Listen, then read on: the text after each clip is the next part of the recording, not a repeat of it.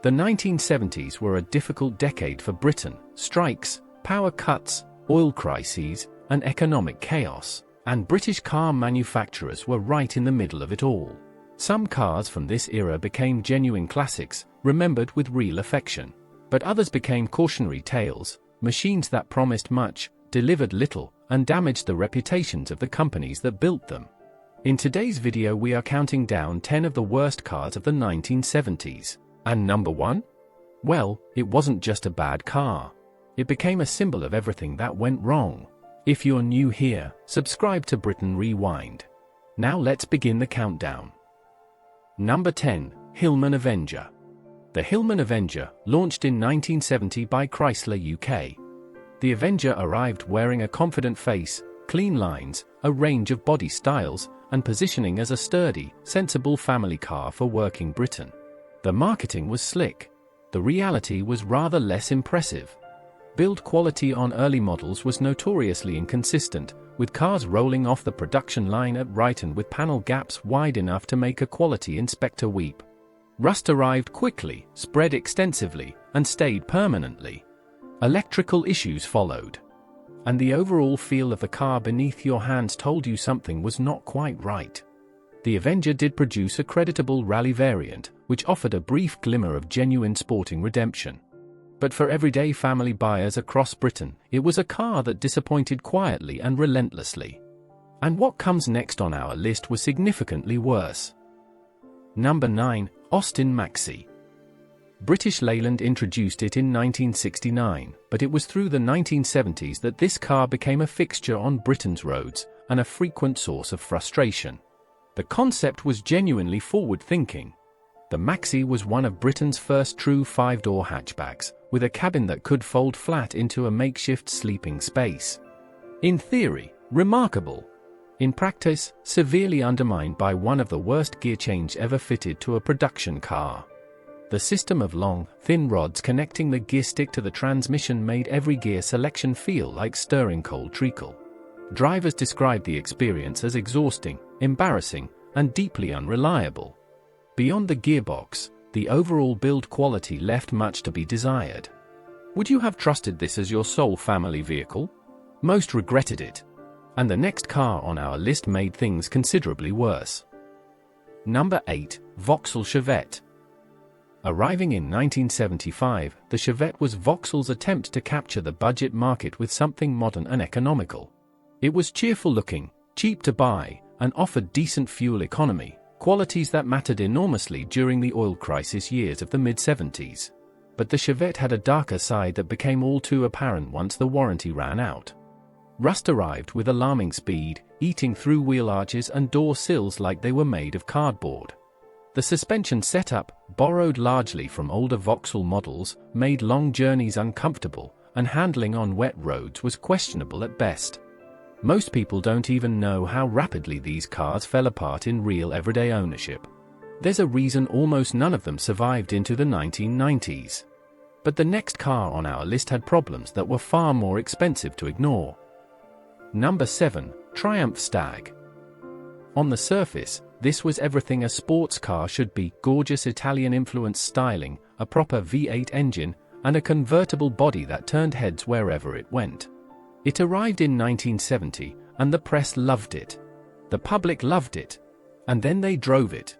The Stag's V8 engine, developed specially by Triumph, turned out to be an engineering nightmare. Overheating became its defining characteristic, driven by a poorly designed cooling system that pushed the engine to its absolute limits in ordinary driving conditions. Timing chain failures were common, and repair bills quickly spiraled beyond what most owners could justify. Can you imagine watching a car this beautiful become this expensive to maintain? To be fair, those who cared for their Stags found real joy in them. But most ordinary buyers didn't, and that's what sealed its place here. Number 6. Reliant Robin. The Reliant Robin, now the Robin, occupies a uniquely bizarre place in British motoring history, and not for any good reason.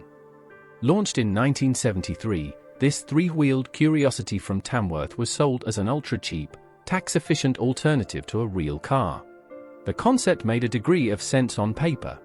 But the Robin's critical design flaw was immediately apparent to anyone who drove it. Its single front wheel and high center of gravity made it dangerously prone to tipping over during normal cornering. Not extreme conditions. Ordinary roundabouts. The fiberglass body did resist rust, which was one genuine silver lining. But the noise, the fragility, the lack of comfort, and the sheer vulnerability of three wheels in heavy traffic made it a deeply questionable purchase. Would you have taken this onto a motorway? Most people politely declined. And the problems only escalate from here. Number 5. Morris Marina. If there is one car that became synonymous with everything wrong with British Leyland in the 1970s, it is this one. Launched in 1971, the Marina was positioned as a straightforward, conventional, affordable family saloon. And straightforward it certainly was, painfully, embarrassingly so. While competitors from Europe were advancing with modern front-wheel drive designs and sophisticated engineering, the Marina arrived with a chassis derived from the Morris Minor, a car that had been around since the late 1940s. The handling was poor, the ride was uncomfortable, the interior was gloomy, and the build quality varied from one car to the next depending on what was happening in the factory on a given day. Strikes constantly disrupted production. Components left the factory incomplete. Can you imagine receiving a brand new car that wasn't finished? It happened. And number 4 was even more troubling. Number 4, British Leyland Princess. The British Leyland 1822 series, better known as the Princess. Launched in 1975, this was supposed to be British Leyland's bold step toward the future, a large, sophisticated family car with modern wedge styling designed by Harris Mann. And visually, it genuinely was striking.